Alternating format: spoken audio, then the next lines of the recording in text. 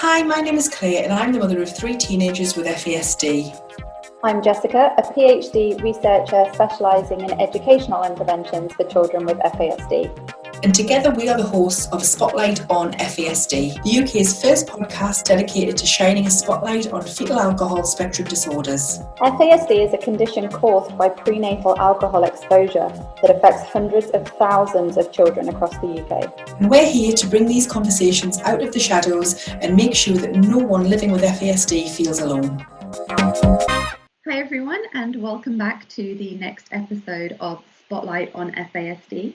I'm by myself this week. Claire is unable to join me, but I am joined again by Jerrod Brown. We are really excited to have Jerrod on our podcast again to continue the little mini-series that we've been doing focusing on criminal justice. If you are following our friends Natalie Vecchione of FASD Hope podcast and Robbie Seal of FASD Family Life podcast, if not, you should go check them out. If you are following them, though, you'll have seen Jerrod's name appearing there as well.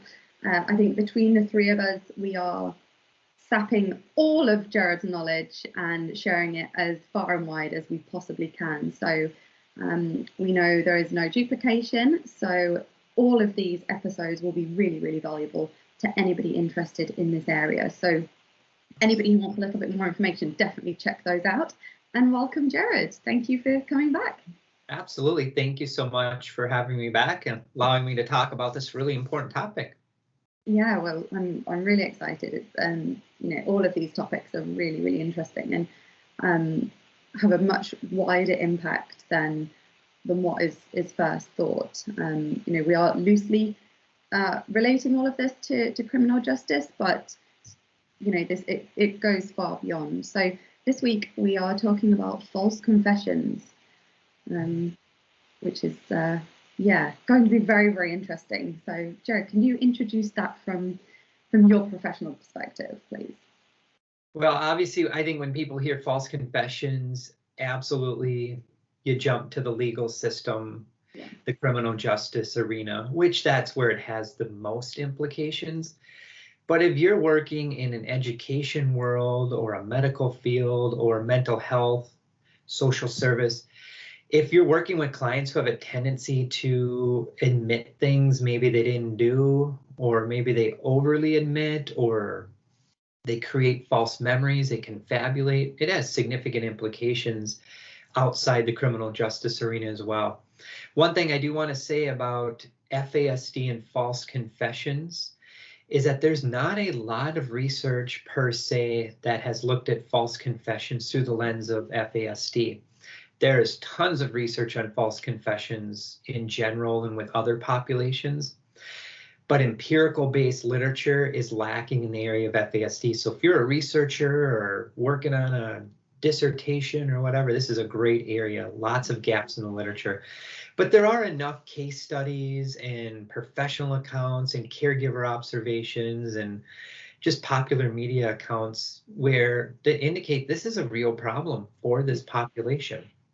Why might that be? Obviously, we know the core deficits of FASD, the executive functioning impairments, information processing speed problems, a host of psychiatric co-occurring disorders. So it's very common for people with FASD to have all kinds of co-occurring issues.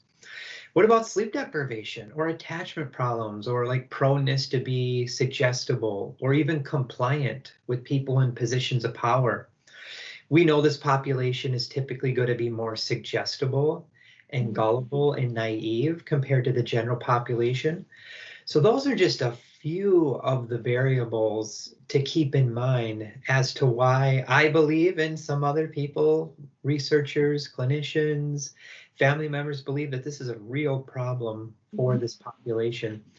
I know we're going to be talking about victimization and vulnerability in another segment, but this population really has a lot of vulnerability. And at the heart of that, I really think a lot has to do with just their developmental and emotional age, because professionals oftentimes just rely on how old the person is chronologically. But we all know too often that let's say you are working with someone who's 20 years old chronologically who has FASD.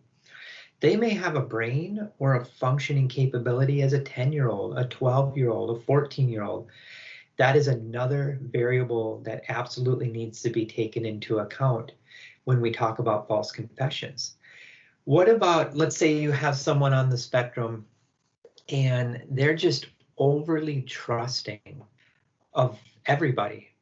That's not a good thing. You have to have some skepticism.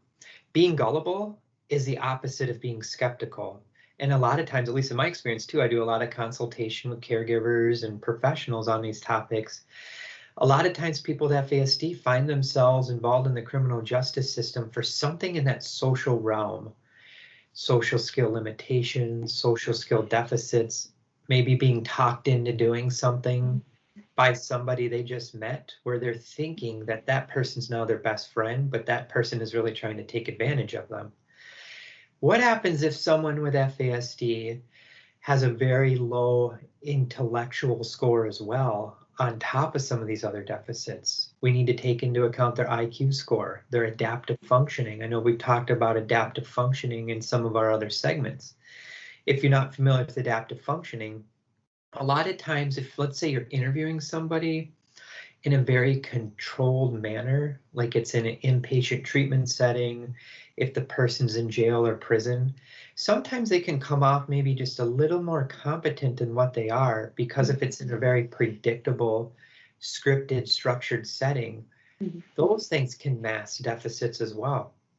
We know an FASD brain does not do well with high levels of stress. So being interviewed by a police officer, or if the individual is a defendant in court, all of those things can be stressful, and that can have a negative impact on brain functioning. What about just fatigue in general? Sleep deprivation, fatigue are very common among people with FASD. Fatigue and just not sleeping well has a real impact on our mood, our memory, how we problem solve, how we make decisions. And unfortunately, we know from the research too that a sizable minority of people with FASD may also have some drug and alcohol problems. So what happens if they're using drugs and alcohol on top of a lot of stress? They're sleep deprived, they're dealing with suggestibility.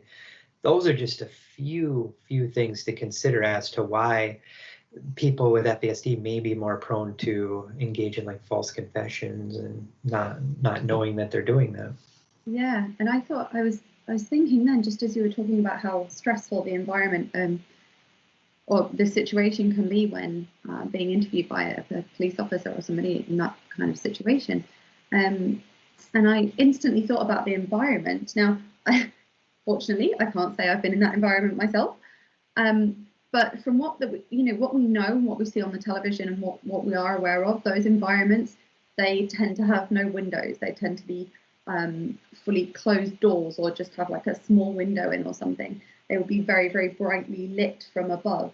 The sensory overload of their environment is also going to add to that stress, in addition to this person of authority standing over you, who's, I won't say likely to be unaware. FASD is a hidden disability. Do these police interviews take place before they've explored this individual's background, before they may be aware of any diagnosis that they hold, if the individual has not presented that information willingly themselves? Does the individual even know they have FASD? Absolutely.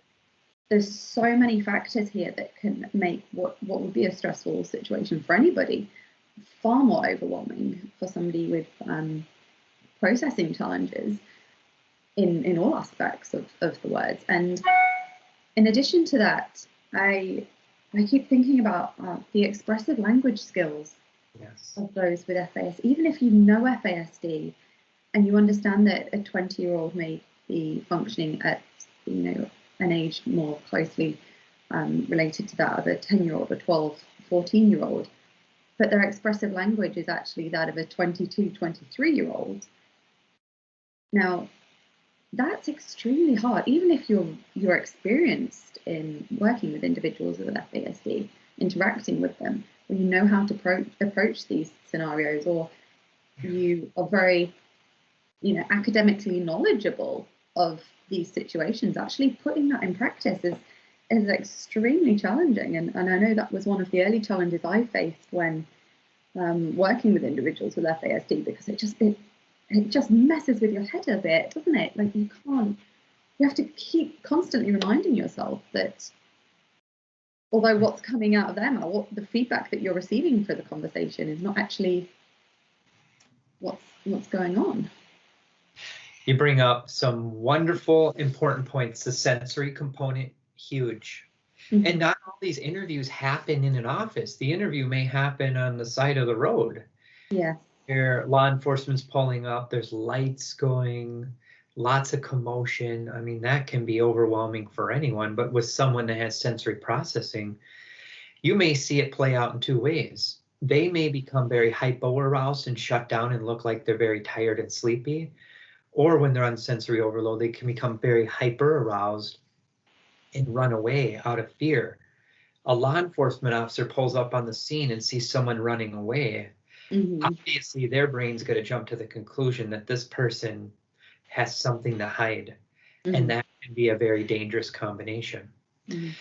You also bring up this kind of language. So we have the expressive language. Very important to understand language in this population. Expressive language is typically better than receptive language. Receptive language is how that person with FASD takes in the language during the interview and actually understands and processes it. But I'll take it just a step further with the language. There's something called pragmatic language as well. The use of language in social situations. How to greet people, how to do introductions, how to know when to start a conversation, how to know when you're talking to someone versus a stranger versus a friend versus an adult versus a child. So the use of language in social situations can be very challenging for someone with FASD. And again, what happens if the person is very, very impulsive? We know impulsivity is very common in this population. So they may have a real difficult time understanding cause and effect and predicting long-term consequences. They may say everything they think that law enforcement officer wants to hear, thinking that's going to help them get out of that situation and end the interview, when in fact, in some cases, they may have just admitted to something they didn't do. Or maybe they are very susceptible to peer influences and they did do something wrong, but they have a tendency to over-confess, where they take more blame than what they did because they want other people to like them. So they can, and in other cases, they may have a tendency to want to just really comply with people in a position of power, aka someone in a uniform. So those are some things to keep in mind. What happens if the interview is going on for an extended period of time, so it's very lengthy? That can be very challenging too, because a lot of times, again, the FASD brain has a tendency to get fatigued and shut down and get tired. Prolonged interviews are kind of like situational factors. So we have to look at what's going on within the context of the interview as well. How many people are in the interview at the time? Is there a lot of light? Is there not a lot of light? What's the temperature in the room? What kind of questions are being asked? Are they being phrased in a way that kind of implies guilt too? So the way in which the interviewer is phrasing questions really can have a lot to do with it. And if you look at this literature on false confessions, there's also something called dispositional risk factors. Dispositional risk factors would be like related to like their mental health status. Are they also diagnosed with a whole host of mental health problems? What's their cognitive functioning capabilities like? Their executive function, their IQ level. Maybe again, looking at just immaturity in general. Are they cognitively immature, socially, emotionally immature? Those are some dispositional factors you'd want to take into account.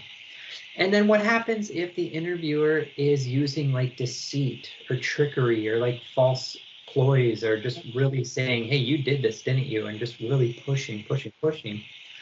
And then that eventually gets that person to shift from a point of saying, no, I had nothing to do with it, to then confessing, which then could be a factor, obviously leading to a false confession. So lots of factors to take into account, lots of variables. I mentioned confabulation. I think that's a huge one to be aware of.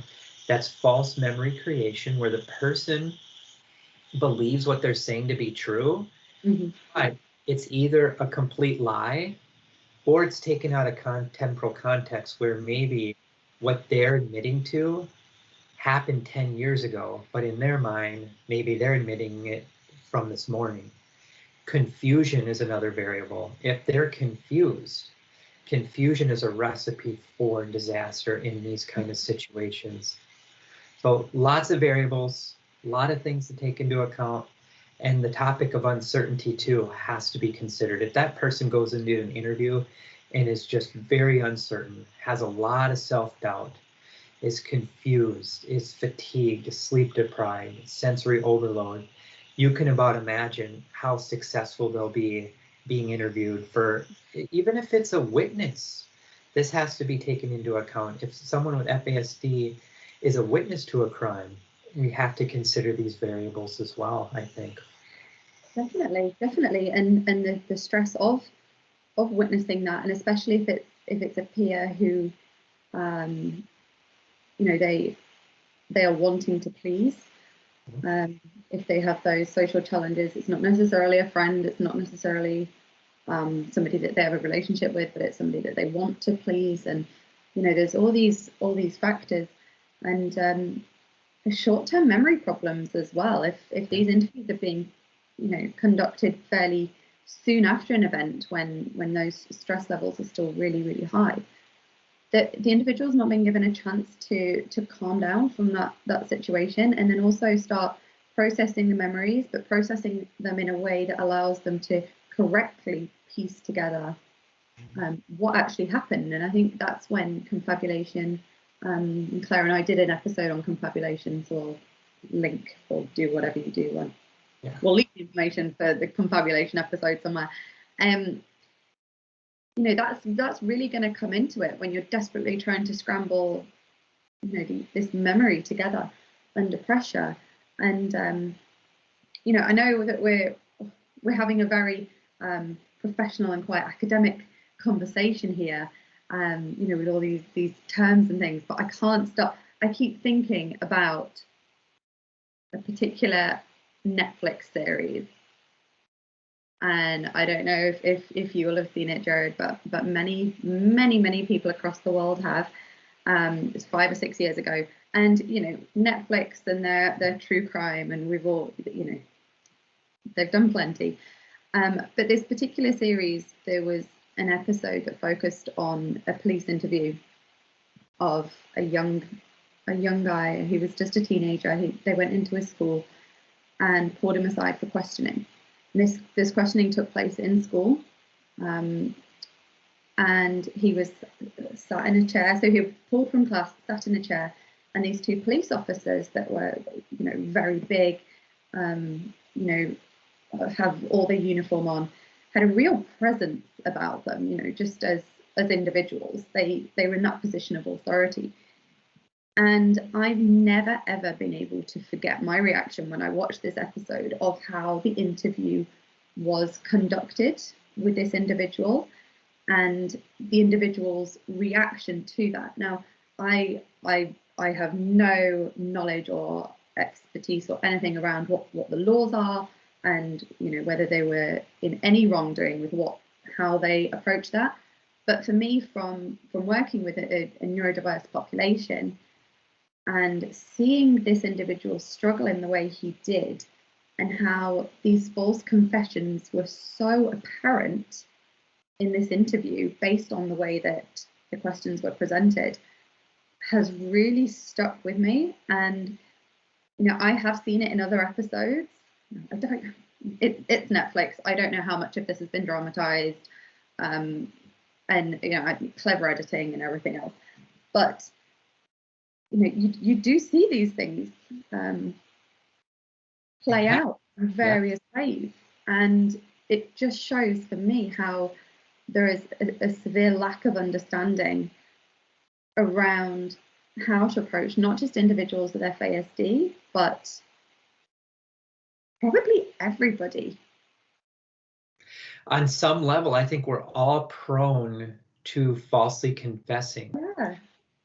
But if you have a neurodevelopmental disorder, various neurocognitive impairments, you have a personality of wanting to always people please, and maybe it's gaining a sense of belonging, and you have a real hard time dealing with stress. Mm-hmm. And maybe you have a lower IQ. You brought up memory. Again, short-term memory, long-term memory, working memory. High anxiety is a factor for some. What happens if you go into the interview and you have a very low self-esteem? Self-esteem has been studied within the context of some of these things we're talking about. Maybe not FASD per se, but false confessions in general. Maybe you're a person who doesn't trust your memory in general, so you're more likely to go along with what other people say because you just lack the confidence in your own memory capabilities. There's something called memory distrust that's actually in the research literature. Oh, wow. Difficulty understanding like social situations. Again, the pragmatic language, at lower levels of adaptive functioning, even having a higher trauma history, higher levels of having a negative life experience can be a factor in some of these cases. And I brought up compliance a little bit. There is some research to support the fact too that people with insecure attachment patterns may be more likely to be compliant than people with secure attachment. So there's just so many different variables to take into account when we talk about these things. Mm-hmm.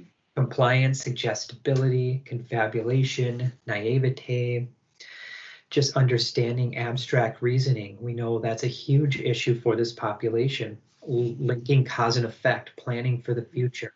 Mm-hmm. Those abstract concepts are very challenging, and sometimes the vocabulary and the phrases that are used in the criminal justice system can be very confusing for someone with FASD. So you always want to fact check, you want to verify. You don't want to always rely on, if you're interviewing someone with FASD, the verbal head nod, yep, I get it, or no, I don't. Fact check, verify, have them repeat back to you in their own words. I think it's important to get as much training on these topics as possible. Even if you're not interviewing someone with FASD and you really start developing an expertise in all of these different areas, I think that's going to come in handy with anyone that you interview. So definitely seek out more training, more consultation, staying current on this literature. It's very important. I think it can result in much better outcomes for all folks involved. Yeah, definitely. So it's, it's something very difficult to suggest achievable adjustments for, really, beyond every individual educating themselves as much as possible with the literature that there is there. But as you say, there's still, the literature itself is still limited, and then piecing it together. I've been editing my PhD this week, actually, and something that I focused on in one of my chapters is the disconnect between the lived experience and the literature. And my first interaction my first interaction that I knew of anyway, with an individual with FASD came 2.5 years after I began my PhD. I was 2.5 years into the literature, the academic study. And when I met these individuals, none of it tied together. Oh, yeah. None of it at all. And at no point was I able to place what I had learned from the literature into these scenarios to see how it was presenting in front of me and how it was unfolding. Because when you're met with a hidden disability, and in that moment the individual is masking because they've just met somebody new, and everything is very normal and very calm, and nothing has happened yet. There's nothing to suggest that they have a disability at all. It's, all of these things that we've discussed just go around in your head, and you're like, or do you have executive functioning deficits? Do you have expressive language? You know, like all of it's so confusing because of it being such a hidden disability, and us being, as a society, being so unaware of it whilst growing up. And I think something that was very important for me to do, and then what I later trained others in doing, is like retraining your own thinking and all of your societal expectations that you have been raised with, and just pushing them aside. Because until you know, very important reminders, absolutely. It's so confusing. It is, and I'll leave your audience with this and really piggyback off what you're saying. Why is this so confusing? Because cognitive challenges are the hallmark for FASD, so those executive functioning impairments, the abstract reasoning deficits, lower levels of IQ, or maybe it's an average IQ, but lower levels of adaptive functioning. That's very confusing. Information processing and auditory processing speed weaknesses. So if you're interviewing someone and they start shutting down, maybe they're only picking up every third word you're saying. So they're having a hard time piecing together what's being said. If the individual has a speech, language, or communication disorder or deficits or comprehension issues, they just have a real hard time comprehend verbal information. I give a lot of talks on social cognition. Have to understand social cognition.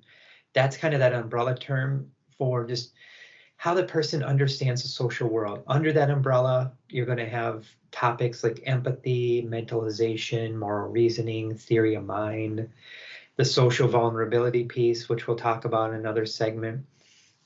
Just choice-making deficits, humor-making deficits. Maybe they have a tendency to perseverate or ruminate, or there's some self-regulation issues, or lower levels of problem-solving, decision-making. You mentioned the sensory component. What happens if the person's asked to fill out a form and they have some reading or writing or vocabulary deficits? Extreme stress, we have to be aware of that. Confusion, suggestibility, compliance, naivete. Those are just some of the main variables to take into account. Some people with FASD may be dealing with only some of those. Other people may be dealing with all of those. So you really have to get to know that person too. They may function better in the morning versus the night because of sleep problems. They may function better when there's one person in the room versus two. Maybe they do better with the lights dim versus high. Maybe they do better going for a walk and doing an interview if possible, because they just have a hard time sitting still because they're diagnosed with ADHD on top of FASD. So many variables to take into account, but hopefully this has planted the seeds for your audience that there's a lot of complexities to this and really to dig deeper. Yeah, so that's hugely beneficial and a real body of information there for professionals. And I'm going to put you on the spot here, and I apologize, but this just come to mind. Yes. Would you have any advice for parents or carers who are in the position of their child, maybe an adult child, being in this situation? I get emails from caregivers all the time about the same thing, that my child or my adult now is involved in the criminal justice system. They are going through the court process. My advice, if somebody is involved in the criminal justice system, hire an expert, hire a consultant who really can educate the courts and the attorneys about FASD. Now we want to prevent this from happening in the first place, obviously, before they get into contact with them. Providing those supports, early intervention, forming a multidisciplinary team, getting the schools more educated, case managers, therapists, medical doctors. If the person is dealing with sleep issues, work with a sleep specialist. If they're dealing with sensory processing issues, work with a sensory processing specialist. If they're dealing with a speech language communication issue, work with a speech language pathologist. If they're dealing with some social skill deficits, maybe it's some social skills training by a skills worker, an in-home worker, or some sort of group they can join. forming a multidisciplinary team who truly understands FASD is very important. In the community you live in, reaching out to law enforcement, getting them involved in trainings, getting law enforcement as much training on these topics as possible. Where I'm at, a lot of the law enforcement departments now are getting more and more training on autism. But I really think too, obviously learning about autism is very important, learning about ADHD, brain injuries. But when you're learning about those topics too, learn about FASD. We know the rates of FASD are significantly higher than autism in the general population, at least in the United States. So I think seeking out training, reaching out, forming connections with law enforcement, forming connections with mental health, getting everyone in the room and cross-training everyone is very, very helpful. Yeah, So definitely. thing I would recommend. Yeah, so basically bring in the professionals and surround yourself with that network. And hopefully, and before it gets to the point of involvement in the system, make a presence, a positive presence within your community, and make yourself known on better terms to local law enforcement. Explain the situation. I was just reminded there. I met a carer once who told me that they'd had some issues the day before with law enforcement with his teenager, who had rang the police and said, he's my dad's been abused. So making these false confessions, but actually seeking the police out. My dad's been abusing me. He beat me up outside the house, and he smashed my head into the sidewalk outside our home. And this story went on. So luckily, because this parent had already made himself known to local law enforcement, they called him and said, can we come down for a chat? We have to investigate this call that's just come in. And he said, yeah, sure. I'll be free in 10, 15 minutes. Meet me on the sidewalk outside my house. So the same sidewalk where this incident had taken place. So the police officer arrived at the house, knocked on the door, and he said, you don't have a sidewalk outside your house. He's like, nah. Yep. And there is the first sign of what's going on here. And you can just imagine how differently that scenario could have gone had that parent not made those connections in the early days. That could have been extremely stressful for everybody involved. That could have been leading to arrests and just unimaginable, really, compared to how it did play out. So, I think it's really important to have built that relationship, as you say, and have them trained if possible, but if not, have that knowledge at least to have a foundation on, so that nobody's jumping to conclusions, nobody's grabbing for the handcuffs straight away, and all of the blue lights and everything that comes with these more extreme scenarios. So yeah, that's a really, really interesting, really great conversation as always. And I think we should end this here, but as always, if anybody wants to get in touch, if anybody has any questions or anything, please feel free to do so. Just lots and lots to process and think about there. And, thank you for all your insights too, very helpful. And have your audience reach out anytime if they have questions. I always get back to emails right away. Fantastic. Thank you so much, Jerrod. And yeah, we will see you again in our next episode. Thank you everyone for listening, and goodbye. Thank you.